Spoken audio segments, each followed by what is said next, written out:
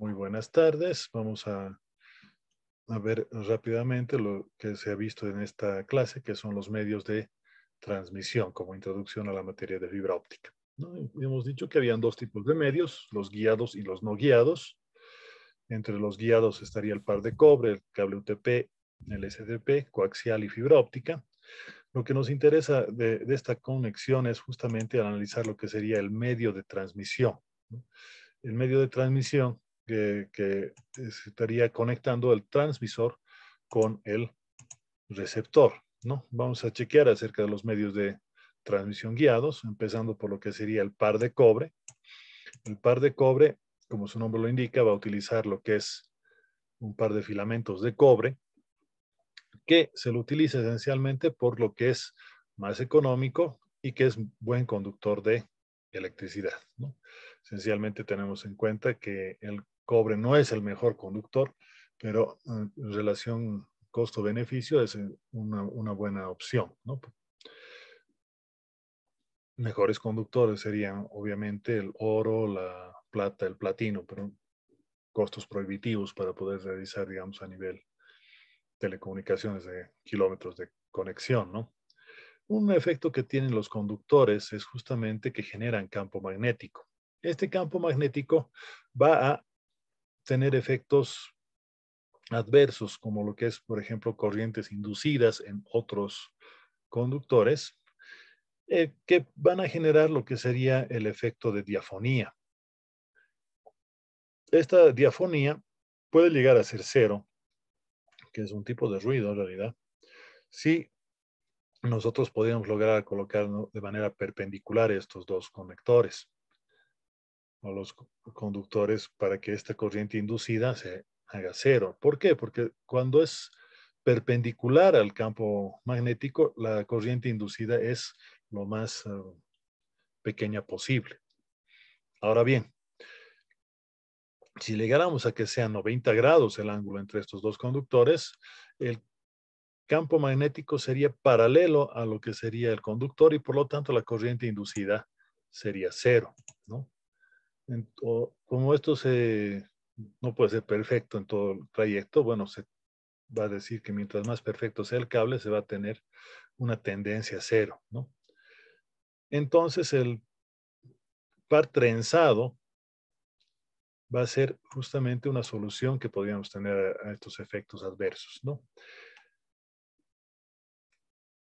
La diafonía, para más o menos ubicarnos, sería la conversación de fondo que tendríamos cuando no estamos hablando que se debe a la corriente inducida de otro cable de conexión. En el caso de conexiones digitales, que son las conexiones actuales, esto simplemente se ve como ruido.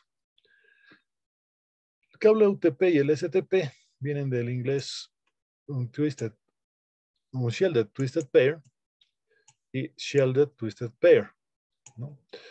Que traducido al español sería cable de cobre trenzado, no apantallado y apantallado. Ahora, hay varias opciones de trabajo de esto en el mercado, ¿no? Desde cable UTP, que es totalmente pelado, hasta los cables que están forrados por una pantalla, generalmente aluminio, y obviamente estos van a ser lo más caros, ¿no? Ahora, estos se utilizarían, por ejemplo, para entornos industriales y otro tipo de donde ahí tenemos interferencias magnéticas mayores, ¿no? Y esto para conexiones domésticas y de oficinas comerciales, ¿no? Estos cables son más utilizados en redes de área local, ¿no? Ahora, de acuerdo a la calidad y propiedades que tenemos en el cable, nosotros vamos a hablar acerca de lo que son categorías, ¿no? En realidad lo que van a mejorar estas categorías es la inmunidad al ruido, ¿no? Entonces, vamos a analizar lo que dice Shannon acerca de su ecuación, que nos dice que la velocidad de transmisión es el ancho de banda por el logaritmo en base 2 de 1 más la relación señal-ruido. Entonces, ¿qué es lo que tenemos en este en este aspecto es que nuestro ancho de banda para la transmisión se va a ir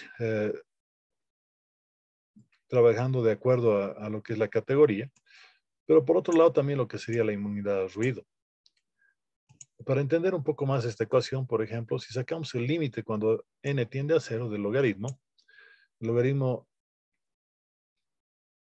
de señal sobre cero, bueno, tiende al infinito, infinito más uno sigue tendiendo al infinito, el logaritmo del infinito tiende al infinito y la velocidad de transmisión va a ser, por lo tanto, infinita. ¿Qué significa esta velocidad infinita? Que podríamos transmitir a cualquier velocidad. Obviamente no hay un ruido cero, por lo tanto, siempre vamos a tener un límite. Por otro lado, ¿qué pasaría al otro extremo? Cuando el ruido es demasiado grande, es decir, que tiende al infinito respecto a la potencia de señal. Esta división tiende a cero, por lo tanto el interior tiende a 1, logaritmo de 1 prácticamente tendríamos que esto es 0, 0 por cualquier cosa es 0 nomás. ¿Qué significaría una velocidad de transmisión 0? Pues que no se puede transmitir, ¿no? Entonces esos dos extremos tendríamos en lo que es las categorías. A nivel de cable coaxial, por ejemplo, vamos a tener dos conductores, un externo y uno interno, que van a eliminar este efecto de inducción magnética.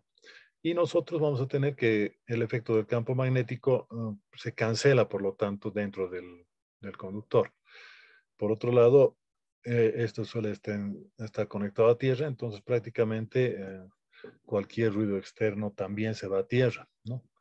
En ese sentido, el cable coaxial es más utilizado para conexiones en alta frecuencia, como por ejemplo conexiones a antenas, ¿no?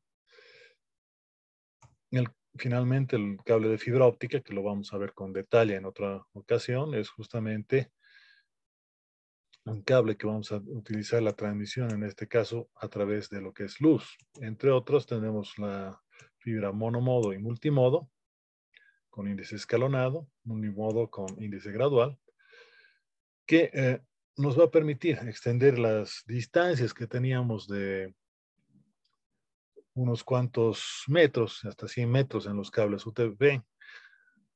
En los cables de par de cobre y coaxial llegamos hasta algunos kilómetros, pero en el caso de fibra óptica podemos llegar incluso hasta los 300 kilómetros de distancia, ¿no?